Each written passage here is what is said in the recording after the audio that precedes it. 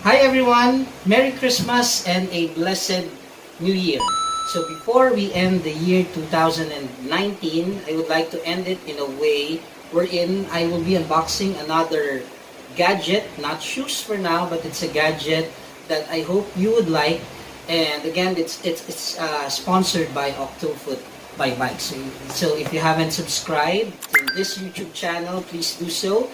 And for those who have already subscribed to this channel, thank you so much for your support, and I hope to see you more this coming 2020. Okay, so let's start the unboxing.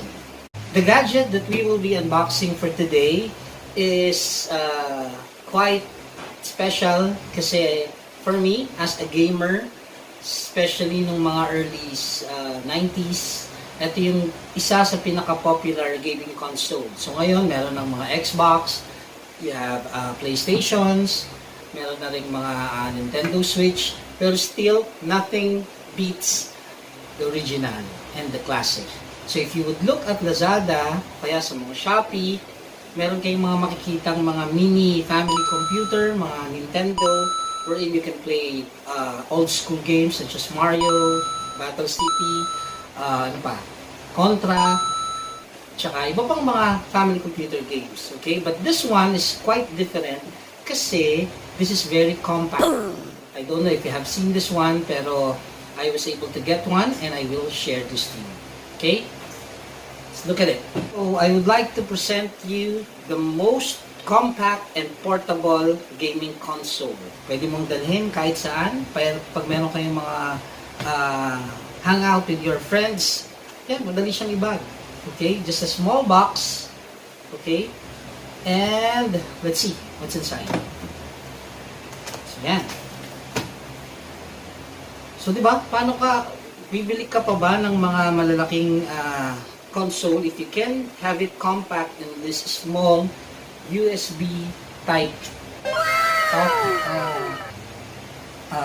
gaming console, di ba? So look at this. So meron diyang memory card kung saan naka-store lahat ng mga games, at isasaksak mo lang siya sa USB slot ng yung LED or LCD TV. Pwede rin siya sa laptop. Okay? Although sa laptop, you need to download, I think, emulator. Pero best siya sa mga TV. So galing, di ba? Okay, and what else? So that's what's inside the box. Aside from that, you have two controllers, player 1 and player 2. Okay, so as you can see, wireless yan, up to 10 meters. Okay, so walang nagdadangle-dangle na wires pag naglalaro ka. And it's battery operated, particularly dalawang AAA battery. I think I have, okay, so ayan. So two AAA batteries on one side and another one on the other side. Okay, so ang gagawin mo lang every time you play it, automatic yan. Pag kinonect mo o nilagay mo yung battery, nakakonect na siya dun sa game mo, so you can start playing with it. Okay? Wala siyang on and off, so pag tapos ka na maglaro, tatanggalin mo na yung battery. Okay? And then put it in the box, and that's it. You're good to go. Okay? What else inside the box? Wala na. Yun lang. Diba? Meron pa. Sorry. So you have the you have the cable. So it's an auxiliary cable. The other end would be connected to your USB. Put it at the back of your TV. And this one, dun sa video and audios ng YouTube. Okay? So that's it. And of course, you have the user's manual in English. So madali siyang gamitin. Okay, so I'm gonna show you kung paano siya gumagana sa TV in quite a bit. But again, diba? Very compact family computer gaming console where you can bring anywhere. Dalhin mo kung kani-kaning sa mga friends mo. We can play yung mga old school computer games such as Contra, Mario, Battle City, Twinbee, Pinball, Pac-Man, papakita ko sa inyo kung ano yung mga laman. Okay? So, let's go to the demo.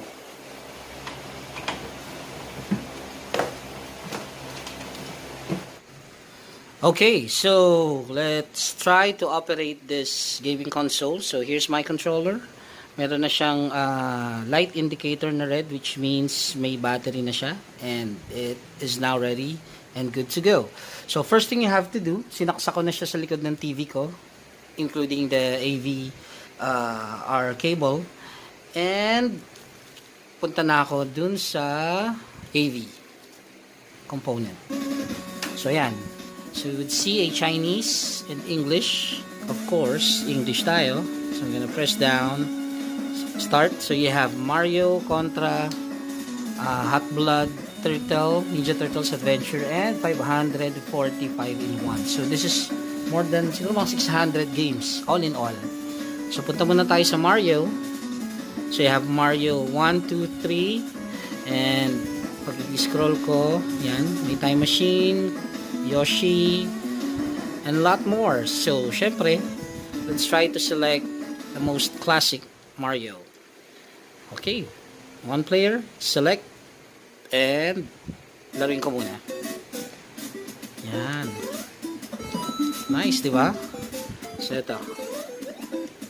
Okay, pakita ko yung controller ko. So, ayan. Galing, di ba? So, yan. Classic. So, hindi ko alam kung yung mga millennials natin ngayon knows how to play this. Or baka sa YouTube na lang nila nakikita. Okay? Okay. So, exit tayo. Select and B. So, I'll go back to the menu. English ulit. Try natin yung Contra. Yan, marami. 1, Super Contra, 7, 8, 11 in 1. Itong specific. So, dun tayo sa first. Yan, oh. May Contra 30. Ito tayo. Try natin yung 30 lives.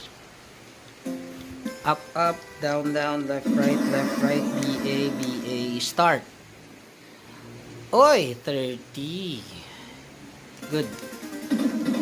Diba? Sinabi ng Xbox dito, tsaka PSP. Or PS4. Galing, diba? Nice, sulit na sulit. Walang lagging. Kahit wireless siya. Okay.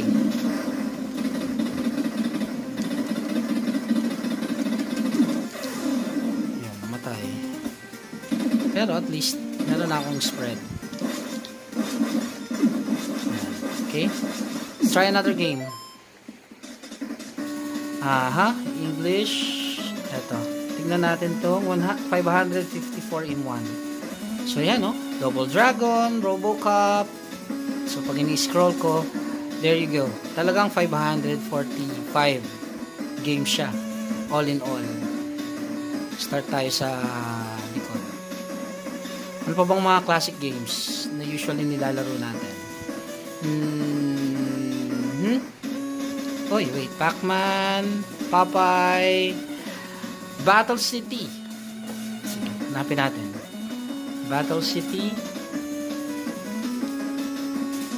Yon. So, pwedeng 2 players. So, very,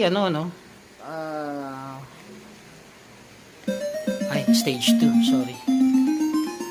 Yan, punta tayong stage 1. Patayin ko muna itong ano. So, this game is actually good for everyone. Hindi katulad ng mga games ngayon na medyo violent na. So, hindi ka mag-worry kapag nilalaro siya ng mga bata. Ay, bakit nag-stage 2? Sorry. Let me go back to stage 1. Kasi yun yung pinaka-classic na So yan, hindi ka mag-worry sa mga nilalaro. Kahit iwan mo silang nilalaro to. So okay siya. Yan, stage 1, start. There you go. Very classic. Battle City. Yan, di ba? Sting, no?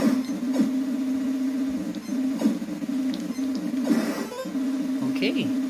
So, yan yung demo nitong gaming console na to. So, once again, guys, controller, wireless. Okay? And very compact. Okay?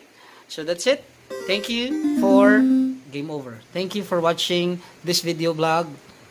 God bless. And Happy New Year! Bye!